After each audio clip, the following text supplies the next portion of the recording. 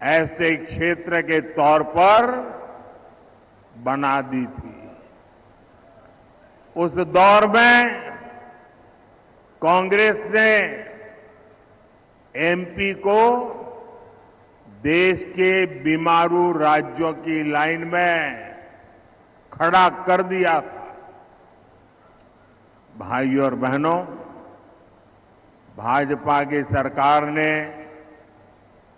कांग्रेस के बनाए गड्ढों को भरने के बाद एमपी और चंबल को नई पहचान दिलाई है, गौरवपूर्ण पहचान दिलाई है।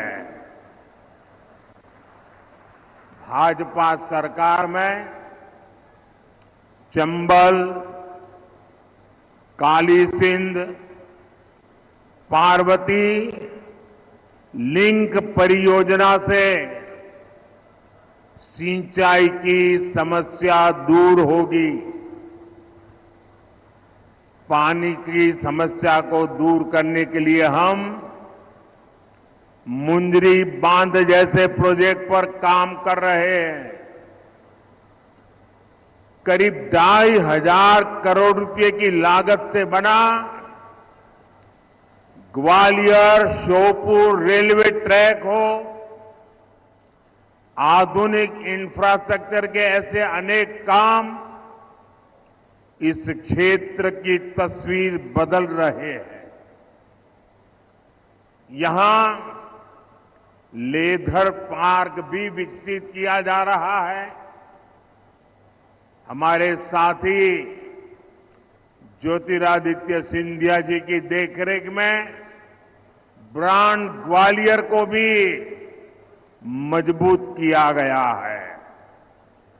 भाजपा सरकार में हुए विकास को भिंड, मुरैना, ग्वालियर के वो लोग और ज्यादा अनुभव कर रहे हैं जिन्होंने कांग्रेस का वो काला दौर देखा है। 4 जून के बाद हमारे तेज तर्रार मुख्यमंत्री मोहन यादव जी के नेतृत्व में मध्य प्रदेश का विकास और स्पीड पकड़ने जा रहा है।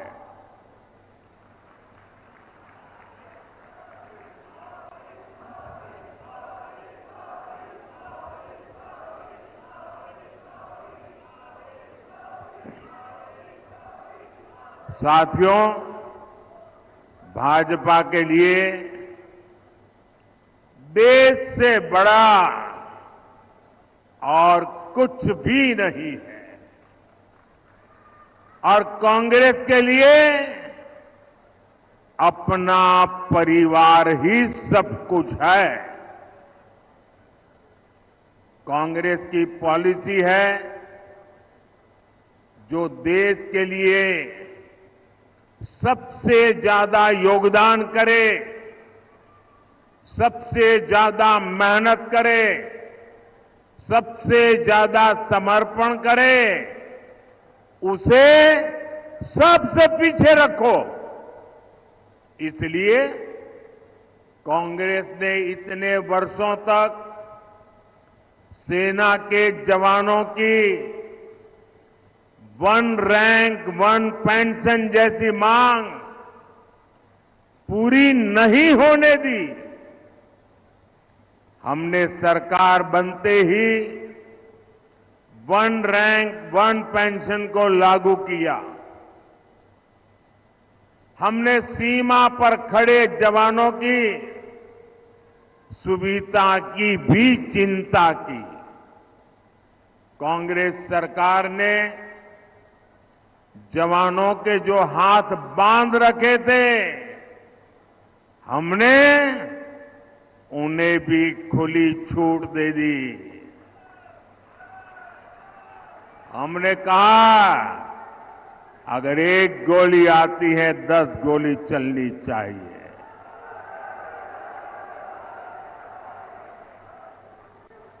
अगर एक गोला फेंकते हैं तो 10 तोपें चल जानी चाहिए। भाई और बहनों, आज हम देश में लाखों स्वयं सहायता समूहों के जरिए महिलाओं की मदद कर रहे हैं। मोदी ने गांव-गांव में शौचालय बनाकर माताओं बहनों के सम्मान की रक्षा की। अब अगले 5 वर्षों के लिए मोदी ने 3 करोड़ महिलाओं को लखपति दीदी बनाने की गारंटी दी है।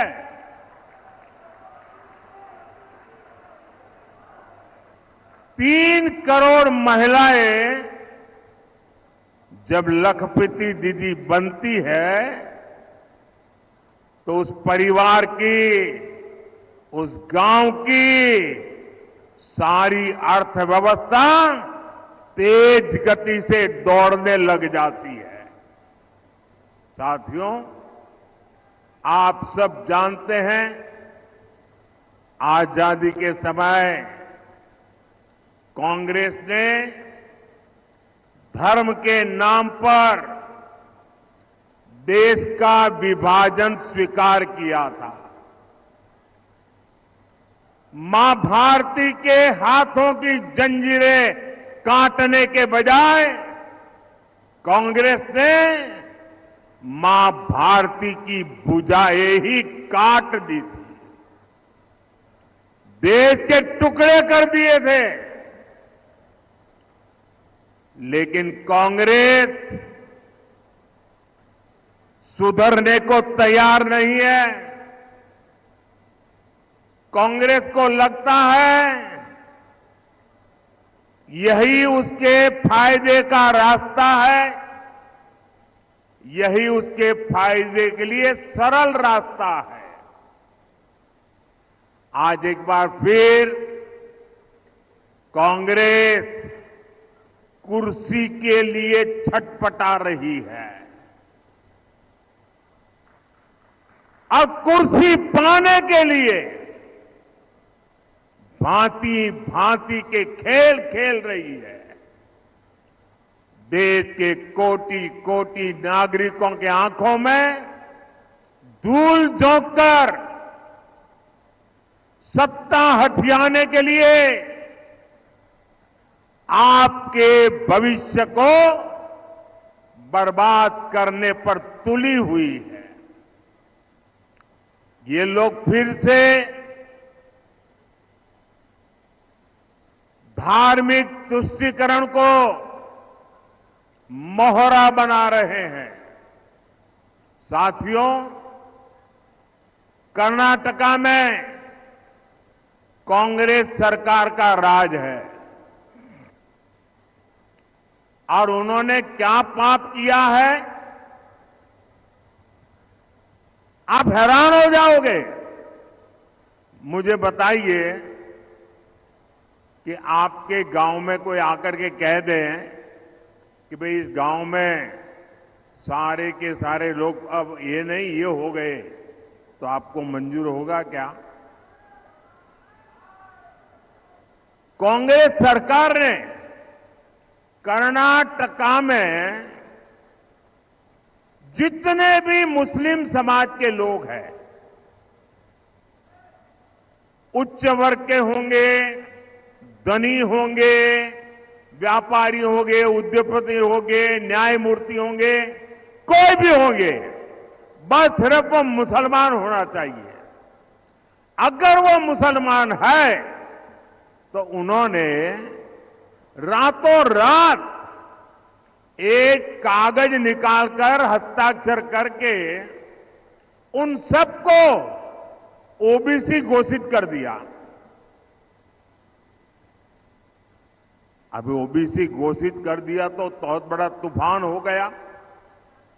यानी वहां कांग्रेस ने शिक्षा और सरकारी नौकरी में पहले जिन ओबीसी लोगों को आरक्षण मिलता था, उस ओबीसी समाज में इतने सारे नए डाल दिए कि ओबीसी समाज को जो आरक्षण मिलता था वो उनसे छीन लिया, चोरी छुपी से छीन लिया। और जो मुसलमानों को नया ओबीसी बना दिया था, गैर कानूनी तरीके से बना दिया था, संविधान के विपरीत बना दिया था, बाबा साहब आंबेडकर की भावना के विरुद्ध बना दिया था, उस मुस्लिम समाज को ओबीसी को जो मिलता था वो लूट करके उनको दे दिया। आप सबको मालूम है, जब देश का संविधान बना महीनों तक माथापच्ची हुई, चर्चाएं हुई, देश के गणमान्य लोगों ने चर्चाएं की। बाबा साहब आंबेडकर में उन चर्चाओं के आधार पर संविधान को लिखा गया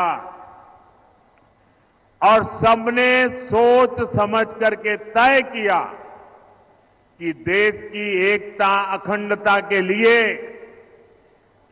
देश का संविधान किसी भी सूरत में धर्म के आधार पर आरक्षण नहीं देगा। बाबा साहब आंबेडकर ने कहा, धर्म के आधार पर आरक्षण नहीं दिया जा सकता। और इसलिए कांग्रेस ने धोखेबाजी की, पिछले दरवाजे से किया। खुद बाबा साहब आंबेडकर की पीठ में छुरा भोंक दिया। लेकिन वोट बैंक और तुष्टीकरण में डूबी कांग्रेस कर्नाटका का यही मॉडल पूरे देश में लागू करना चाहती है।